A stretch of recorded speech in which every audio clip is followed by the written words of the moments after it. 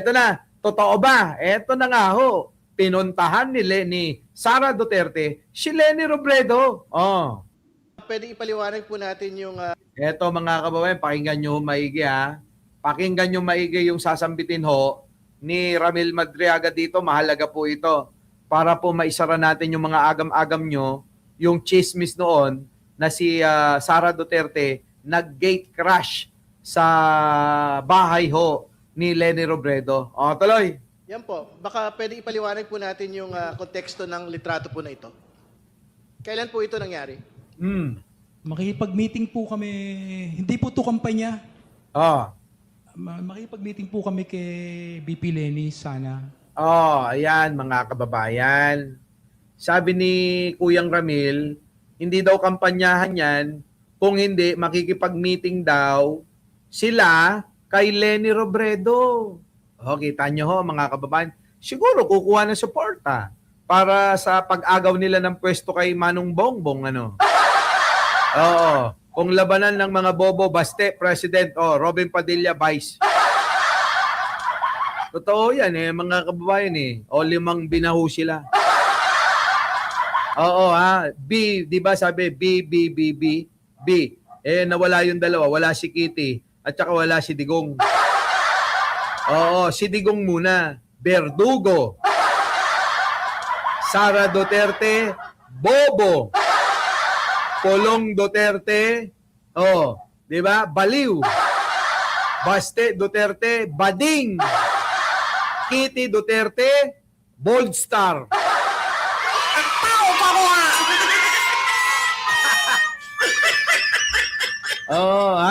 Ano na yun? 5 B. Kita nyo na mga kababayan. 5 B na yan Verdugo, bobo, ano pa? Baliw, bading, bold star. Di ba? Ano pa? Yung mga nanay. Betchang. Alam niyo yung betchang? Grabe, no? Mga kababayan ko. Sige, tuloy. Paano? Anong ginawa? Bakit?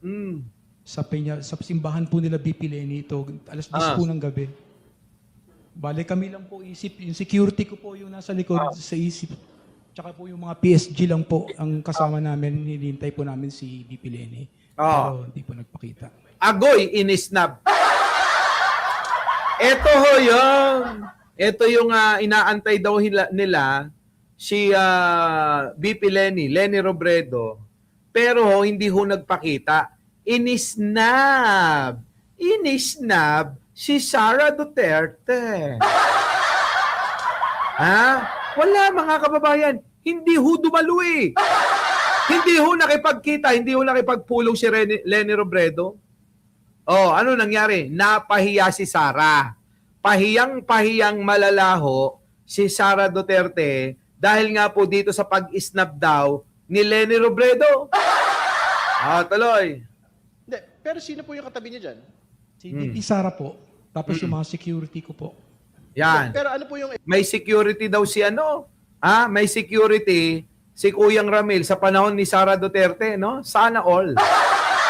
Tuloy. Event na meron. Ibig sabihin, nakita po si VP Leni tsaka si VP Sara? Ayun po yung usapan kasi hindi na po kampanya to Umuwi na po kami, then we were told to proceed that discharge para i-meet si VP Leni. Pero hindi siya nagpakita. Kaya nagkwentuhan na, alas 10 po ito ng gabi, wala na po ang tao doon. So ano po yung petsa po nito pagkatapos po ng halalan? Before pa po, Madam Chair. Before pa, Your Honor. Paki-identify po kung sino yung lalaki nakatabi ni BP Sara. Sino po yung katabi ni VP Sara po dito? Ako po to. Camila, dalawa lang po kaming may t-shirt na ganito na binigay ni BP Sara. Ayan mga kababayan. Sabi ko sa inyo, talaga Arnold Lopez, buti pa ako sumisipot. Si Leni Robredo. Siguro winterhan ayaw makita ni Leni Robredo si Sara Duterte. Baka bad trip pinagpipilitan lang ni Leni Robredo, pinagpipilitan lang ni Sara Duterte yung kanyang sarili ni kay Leni Robredo. Oh. Baka gustong humingi ng basbas. Baka gustong humingi na ng suporta dahil nga yung plano nila na agawin yung pong kapangyarihan kay Pangulong Bongbong Marcos. 'Di ba, no? Oh. Wala eh. Mahina nga sila Arnold Lopez. Walang kapara-paraan. Dapat pinalansya muna nila 'yan. Hindi porke Sara Duterte ka magkukumahog sa iyo yung mga tao.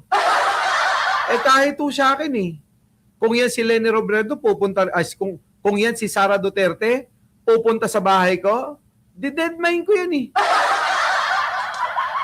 Sa totoo lang, didedmahin ko. Pakialam ko sa iyo ano ngayon kung si Sara Duterte ka? 'Di ba mga kababayan? Ano ngayon? 'Di ba? Kung sasabihin mo na marami kang pera, ano ngayon? Nakaw mo naman yan. Di ba maraming ganyan mayaman sila, makapangyarihan sila. Ano ngayon? Di ba? Ano ngayon? Kung mayaman kayo at makapangyarihan, dinugas nyo lang naman lahat yan. Di po ba mga kababayan? Wala, didedmahin ko yan. Kahit nasa gate ko na yan. Sisilipin ko sa bintana. Pag nasilip ko sa bintana, may 3 maletang dala, dali lang, iisipin ko yan. My God.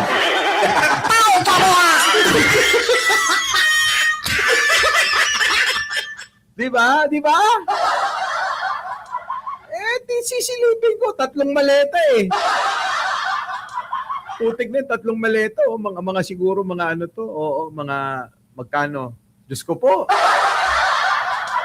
200 million mahigit tumataginting. Di ba? Tapos sasabihin sa akin ni BP Sara, Boss Mike, alam mo, ikaw lang yung vlogger na nakita ko na may sense. Alam ko naman na bata mo si Chris Ulo, bata mo si Mima, tsaka bata mo sila Ballpoint Man. Alokin na natin. Magkano ba binibigay ni Martin? Di ba? Depende. Sabihin mo doblehin ko yung ibibigay sa kanila, sumuporta sila sa akin. Hindi ko tatanggapin pang-suporta pala yung 3 maleta ipamimigay pala sa vlogger bakit ko pa tatanggapin? Di ba? Inaantay ko yung akin. Akala ko naman yung 3 maleta para sa akin. Yung pala mga kababayan, ipamimigay, inutusan pa ako. Wala, stick na yan mga kababayan. Ayoko na. Umalis ka na rito, hayop ka. Mali ang bungad agad no? Mali ang bungad. Kung ang bungad niya Boss Mike, may dala akong regalo sa'yo. Ano po yun, Madam BP?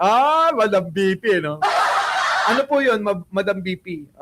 Ayan, nakikita mo yan? Alin po dyan? Yan, yung maleta, 3. Ang sweet nyo naman, BP, 3 talaga. Ibig sabihin yan I love you. Oo, mahal na kita. Hindi na ako mambababae. Hindi na ako mambababae. Ikaw lang ang makakasama ko sa okay na ako. Pwede na mga kababayan ko. May Dory no? May Dory dala-dala si Sara Ayaw nyo pa ba mga kababayan? Papasukin sa kwarto yan. Jen Angeles, lumabas ka muna. Saglit lang to. Oo. Mga 3 lang, pwede na. Isosolve ko lang si Sara. Diba? Ikaw, gusto mo, 3 maleta yan. Jen Angeles, sa'yo yung isa, 2 sa akin. Para wala kang masabi, hindi ka magsalita. Grabe, no? Lamig kaayo ba? Diba? Ayan mga kababayan ko. Si Leni Robredo ay pinuntahan ni Sara Duterte. So totoo, kumpirmado yung chismis na talagang si Sara Duterte ang pumupunta kay Leni Robredo. Ang problema, binabasted. Oo. Hindi sinisipot, hindi nagpapakita si Lenny Robredo. Grabe, no? Oh, paano naman? Ay, yung isang maleta, kaya nga tatlo yun eh. Isang maleta kay Jen Angeles, isang maleta sa akin, isang maleta sa inyong lahat. Oh, ayaw nyo. Ayaw nyo. Diba, mga kababayan, ganun lang. Pegador, wala kang kawala. Pegador, kayo ay maganda. Pegador, galit sa masama. Pegador, ang sa inyo bebenga. Pegador, wala kang kawala.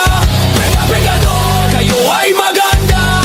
Pegador, galit sa masama. Pegador, ang sa inyo bebenga.